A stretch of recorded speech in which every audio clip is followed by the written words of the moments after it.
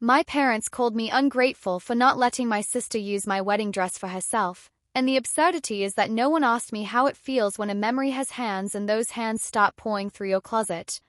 I'm Eli, husband, serial over-explainer, and man who can still tell you the exact weight of the garment bag I carried down 3 flights of stairs the morning I married the only person I've known who can make a room feel like the inside of a lighthouse.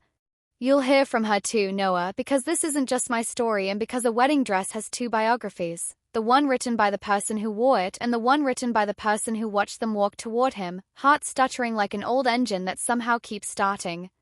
Let me begin with the hook my mother would call unnecessary drama. The first time I saw the dress, it wasn't white. It was a promise. It hung on a door like the door knew it had been promoted. The boutique smelled like lavender and steam and the nervousness of 3 other brides who pretended they weren't competing with the ghost of each other. Noah stepped out with pinpricks at the seams and a look on her face like being loved had turned into a physical law and gravity would stop arguing. She said, "Is it too much?" and I laughed so hard the consultant shushed me through the curtain because I wasn't supposed to see, and because sometimes happiness makes you a breach of etiquette. People assume men remember the dress as a headline, white lace long. I remember the minor chords, the way the fabric made a low hush when she turned, the tiny blue stitch her grandmother hid inside the lining like a secret, the tailor who said, "We can give it a story that fits your body." Noah said later that every time she put it on, her shoulders dropped like the world had finally allowed her to balance. She stored it in the closet afterward, zipped and clean the way you put away a season, convinced it will return. Okay. Noah here. I have to back up before I describe the moment my sister asked to borrow my life. I grew up in a house where sharing was a sacrament and boundaries were "we'll figure it out." My sister Lila is the kind of charming people write long captions about. She forgets birthdays but remembers how you like your coffee. She's a salvage artist for furniture and feelings. If a chair is missing a leg, she'll hold it up, shoot you a grin and say, "Sit anyway, I've got you." She is also, this matters, the family's favorite story. Not because I'm unloved. I'm the steady arc, the one who labels Tupperware and sends thank you notes and arrives early. Lila arrives late and we applauded like she invented a new time zone. I live 6 blocks from our parents. She wanders states like they're errands and then comes home and the couch fights for the privilege of catching her. When Lila got engaged, I cried like I'd been given an extra heart. I want her good to be as easy as oxygen. I sent her spreadsheets for venues and a Pinterest board called Things That Feel Like You'll Laugh. I did not, in any of those columns or pins, imagine my dress. Not because I'm stingy. Because there are objects that are also archives. I would lend her my car, my couch, my time, my pancreas. But not the dress. The dress is how I remember walking through air like it was water and not drowning. She asked on a Tuesday, which is when bad ideas dress up as casual. We were in the kitchen at my parents' house. The kettle was performing bravery. Mom was slicing peaches with the conviction of a woman who believes fruit can fix a mood. Lila put her phone down, always the surest sign she wants something, and said, "Sissy," which is the childhood nickname that used to melt me and now makes me check for exits. "Can I borrow your dress?" I said, "For what?" which I know is a stupid question, but sometimes you ask the obvious because you're stalling for the breath that will be required to say no. "For my wedding," she chirped, like I had just guessed the sun. It makes so much sense. It's sustainable. It's sentimental. It's like a sister tradition instantly. She pointed at my chest like she'd highlighted a sentence in my heart and the annotation said, "Be generous." I blinked. I looked at Mom because I wanted the face of the woman who taught me to share to tell me this wasn't a test. Mom's mouth curled into what I call her church smile, the one that looks like a hymn from far away and control up close. "It would be so sweet," she said. "And economical. You know how much wedding costs have gotten out of hand. Economical. Sweet. Sustainable." I love those words separately, and together they tasted like someone was trying to turn my wedding into compost. I looked at my sister. She didn't see the panic, she saw the plot. "We could alter it," she said. "Just a little. More Lila. Less classic." She waved her hand in a vague, benevolent insult. "You're more like Grace." She said grace the way a friend might describe a salad she won't order but admires. I said, no, and watched the syllable exit my mouth like a small animal on a highway. Lila gaped. No. I know. I can't. I put the knife down because I didn't want to explain boundaries while making peach moons. It's not a reusable thing for me. It's my wedding dress. Her eyes glossed with performance. But we share everything, she said, looking offended for history. We shared a room for 20 years. We shared space, I corrected. Not stories. She looked at Mom for backup. Mom didn't even have to open her mouth. The air rearranged itself into her argument. You wore it once, she said, and I swear the lemon in the bowl flinched. It's hanging there. Wasted. Don't be ungrateful. Ungrateful. The word landed in my throat and set up an office. You could hear Eli's fork clink from the dining room because that's how knives move when he's deciding whether to enter a battlefield. Ungrateful. I repeated, the echo ugly. For what? For the dress I bought with my money? For the day I made with my time? For the seamstress who stitched stories into the lining while I sat on a stool trying not to cry? It was a gift, Mom said. It wasn't, I said, face hot. I paid for it with tips and extra shifts and the $200 Grandma put in the card with her messy cursive. The day was a gift, she countered. We helped. We hosted. We showed up, Lila said, gesturing to all the invisible receipts she wants me to honor forever. Eli walked in then, a man who knows how to tell the weather by the tone of we. He picked up the peach slice like it might keep him from punching a metaphor. What did I miss, he asked, which is how he promises to stand between me and anything with teeth. Your wife won't share, Mom said, tone flat enough to iron shirts on. She's guarding her dress like a dragon on a pile of gold. Eli put the peach down. You told her no. I told her no, I said. He nodded. Good. Mom's eyebrows went up so fast the kitchen light considered going out. Good. Good, he said, casual as weather. Because she said no, and no is supposed to be the end of a sentence, not a group project. I saw Lila split then, the part that can laugh at herself and the part that cannot bear to be denied oxygen. The latter one. You two are so rigid, she snapped. It's a dress. You always preach scarcity mindset, this is abundance. She turned to Mom. I should have known. They're doing that millennial boundaries thing again. She said boundaries like it was a new drug with side effects that include respecting yourself. Mom crossed her arms. People like you, she said to Eli, no idea what people like you means, but it's never good. You think you're so enlightened. You think everything is about consent and personal autonomy. Families don't run on autonomy. They run on sacrifice. Whose sacrifice? I asked, because my rage had found its teeth. Mine? Again? Because it's tidy to take from the person who will smile while bleeding. Dad wandered in like a late-stage direction. He looked at the counter, scanned for weather, and found a hurricane. What's happening? Nothing, Mom said. Just learning who we raised. This is where Eli puts his hand on my back, a pressure like a compass. We're not doing this here, he said. We're leaving. We're not done, Mom said. We're done for today, I said, and we left. We left the peaches and the kettle and the story where I'm always the selfish one who thinks her life is her job. Eli again. The car is where we tell the truth we can't afford in front of family. I drove and she stared at her hands and we didn't turn the radio on because the silence needed to be the kind that lets you hear the words coming. What if I'm wrong, she asked, small. What if the dress could be a tradition and I'm the woman who locked it up and threw away the key? You're not wrong, I said. You don't owe your dress community service. I hate that they used ungrateful, she said. Like I owe them my past to earn my future. You owe nobody your archives, I said. Not even me. I'd like to say this line was cool and manly. It was also a prayer to my own better self. Don't you dare ask this woman to be less sacred because convenience is cheaper than courage. The next day, Lila posted a quote on Instagram about the selfishness of scarcity, and 3 people in her comments called me out by name without atting, which is the digital equivalent of talking loudly about someone in the next room. My aunt texted family share and a link to an article about thrifty weddings that assumed poor people are cute and minimalist because they like lines.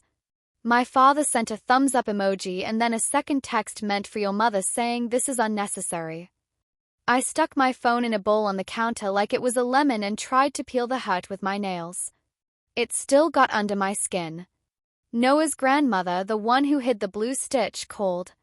She's 90 if time minds its own business and older if it's been busy. You can say no to a dress, she said, voice like a rocking chair. People think because fabric is not a person it can't consent. But your dress is where your body learned a new name. You can say no on behalf of your body. I'm afraid she'll never forgive me, Noah said. Forgiveness, Grandma said, is like soup. It's better the next day. She paused, breathing. Also, I kept my wedding dress in a cedar chest and never told anyone, no one asked, and I still think about the weight of it on my arm carrying it from the seamstress. You don't gotta be a community pantry to be good. We invited Lila to coffee without my parents. Neutral ground. A bakery where the muffins look smug and the staff does a little bow when you put your plate in the busing bin. I got there early because conflict makes me punctual. I lined up sentences like tiny soldiers, we love you, we can help with the cost. Here are ways this can feel special without altering the dress. We can sew a piece of my dress into your hem, you can wear my veil, you can wear my earrings, you can skip debt and go to the courthouse in a white jumpsuit and we'll shout louder than everyone together. She arrived in a sundress that made a case for summer. I don't want a piece, she said before the coffee had even made the table. I want the thing. Noah met her eyes. You can't have it, she said. Calm, even like the steadiness you use to talk to a child holding glitter. It's mine. Mine, Lila mocked, instantly 5. God. You sound like a toddler. Better a toddler than a thief, Noah said, and then winced because she doesn't love her own knives. Lila recoiled. I didn't take it. You tried, Noah said, to use the family pressure like a crowbar. Lila's mouth trembled, and I recognized the moment a person reaches the end of the stage where their performance made sense and the floor starts to no longer be theirs. You don't love me, she whispered. This is where it breaks you, when someone weaponizes the only thing you've been doing. Noah set her coffee down like she didn't trust her hands. I love you so much it makes me clumsy, she said. I love you so much I want your wedding to be the kind where you don't look at a seam and think, this used to belong to somebody else. What if I like things that used to belong to someone else? Lila asked. And there it was, the art salvage part of her, baring teeth. She likes lives with history. She likes stories that have fingerprints. She likes the romance of repair. She thinks new is a salesman's favorite lie. I get that. I honor that. But the dress isn't furniture. It isn't a chair you sand and stain different. It's a time machine you shouldn't adjust without consent from the person who built it. We can take Grandma's old slip and make it your bodice, Noah said. We can use the satin from Mom's veil for your belt. Let us give you a history that doesn't require me to unlive mine. Lila put her face in her hands for a minute. When she looked up, there was a new weather. Fine, she said. Do that. But you should know Mom's telling everyone you're impossible. Let her, Noah said. I'm too old to be arranged in other people's conversations. On the way out, Lila stopped by the door. Do you have a sewing kit? She asked. I want to start now before I lose my nerve. We took her to Grandma's apartment. We opened the cedar chest that had held more seasons than I've been alive. Lila chose a slip that had a little tear as if something had tried to escape and changed its mind. Grandma told stories you keep on low shelves. The night she wore that slip under a dress that cost more than 2 months' rent, the smell of mothballs like a promise, the way the man who would become her husband looked at her like grace was a sport. We pinned and laughed and Lila cried once, then pretended not to. Noah didn't cry. She looked serene and terrified, the expression of a woman learning how to be a gate without also being a wall. We survived that week. Almost. 2 days later, my parents invited us for dinner to talk about logistics. Logistics is their word for, we're going to restate our argument at a table and hope the food makes you forget you lost your appetite. We brought a salad that I made aggressively. Cucumbers look very obedient when you slice them with a point to prove. Mom had set the table with her wedding china, which meant the night already believed it was more important than it needed to be. Halfway through the roast, Dad cleared his throat like he was talking to a judge. Your mother and I think. I looked at the ceiling fan. When I don't want to lose my temper, I pretend to be a person who cares deeply about ceiling fans. Is this a conversation? I asked, or a pronouncement? A conversation, he said, but he used the tone of a man reading a verdict. It's not right to refuse your sister such a small thing in the name of sentiment. Noah set her fork down, the steel whispering on ceramic. It's not a small thing, she said. And the name is not sentiment. The name is consent. Consent, Mom scoffed, audibly allergic. What a modern word for selfish. I felt something go cold in me. This is important to say, especially to men reading this. When you are the man in the room and your mother tries to recruit you to scold your wife, you are being asked to pick a century. I picked the one with electricity. Mom, I said. We love you. But the way you keep talking about what's mine and what I'm allowed to say no to makes me wonder if you're listening to yourself. I hear myself, she said. I'm trying to save you from yourselves. Save us from what? Noah asked, palms open. From the chance to define our own sacred. There was a flurry of old arguments and new costumes.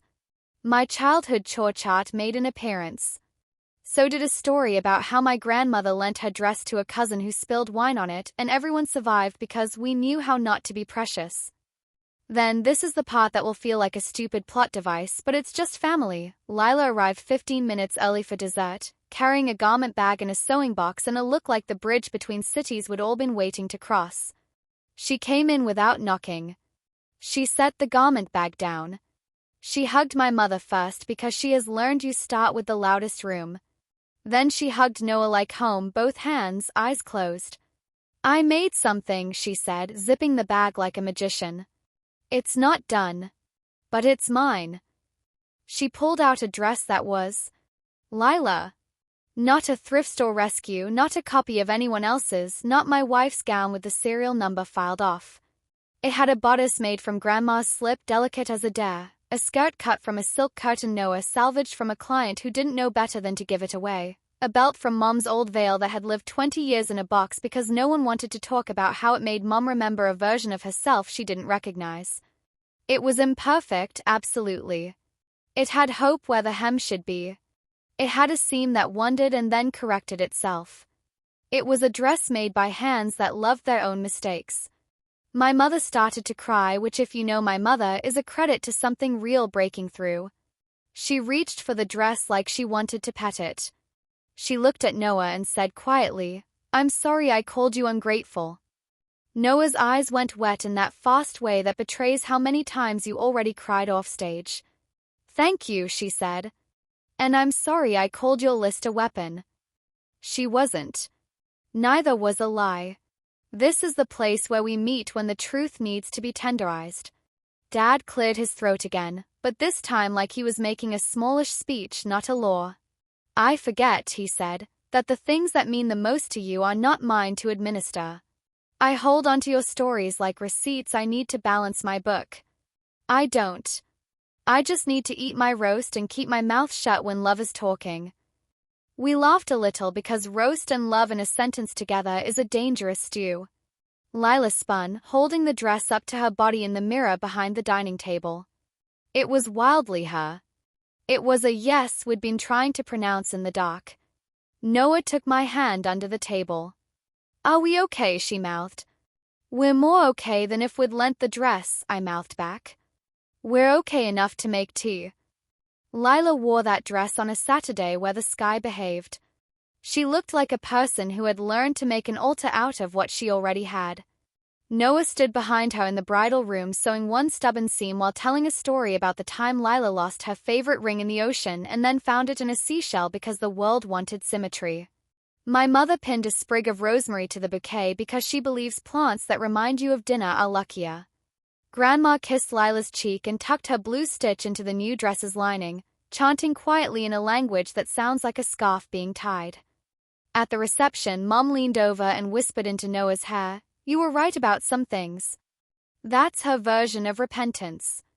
I watched Lila dance and I watched Noah watch her, and I thought about how almost every fight in a family is about who gets to tell the story about who we are.